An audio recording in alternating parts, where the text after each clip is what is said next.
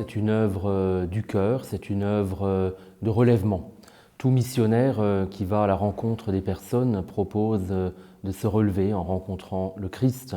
C'est donc, on rappelle que l'important n'est pas de ne jamais tomber, mais de toujours nous relever.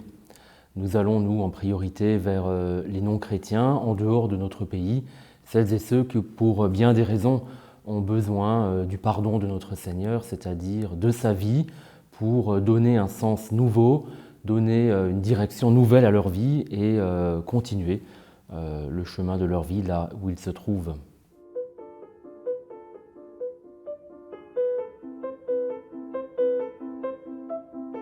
Cette invitation à la mission et à proposer la miséricorde, c'est constamment, comme le faisait Jésus, aller à la rencontre des autres. Il y a donc cette démarche de sortir de notre pays, d'aller vers les non-chrétiens, mais également de sortir de nous-mêmes pour revêtir encore plus le Christ. Le missionnaire, c'est celui qui est finalement un amoureux de notre monde, un amoureux du Seigneur, celui qui veut aller rencontrer les autres pour proposer cette démarche de pauvreté du cœur, cette démarche de relèvement, cette démarche d'espérance, de confiance à la suite de notre Seigneur. Et rappeler que ce qui est central dans notre vie, c'est toujours le Christ.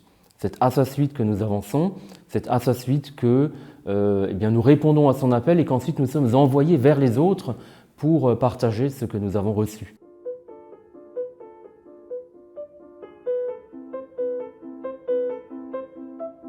Cela commence par notre prière pour les autres et puis la proposition des sacrements, le sacrement de la réconciliation, ce relèvement intérieur qui ensuite se traduit par un relèvement physique.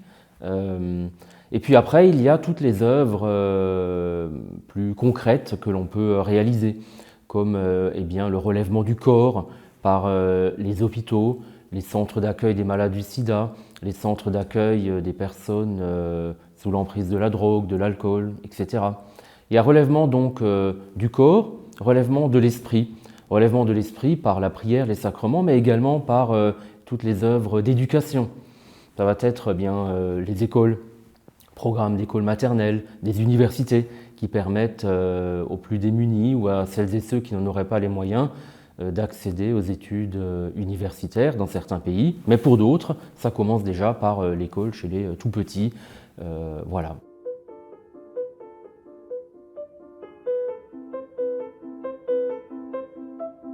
Évidemment, pour donner, il faut déjà recevoir. Alors cette miséricorde, nous-mêmes, nous la recevons. Si, en tant que prêtre, nous proposons de vivre le sacrement de la miséricorde, de proposer ce relèvement intérieur et ensuite extérieur, c'est que nous-mêmes, nous le vivons déjà. Nous-mêmes, nous devons réaliser que nous sommes pardonnés par notre Seigneur, qu'il nous appelle tels que nous sommes avec nos qualités et nos faiblesses et que c'est ainsi que nous répondons à son appel. Nous sommes toujours en formation, nous-mêmes nous conduisons donc des œuvres d'éducation, des œuvres charitables, des œuvres et c'est en nous impliquant nous-mêmes au cœur de ces projets que nous pouvons ensuite le proposer à d'autres.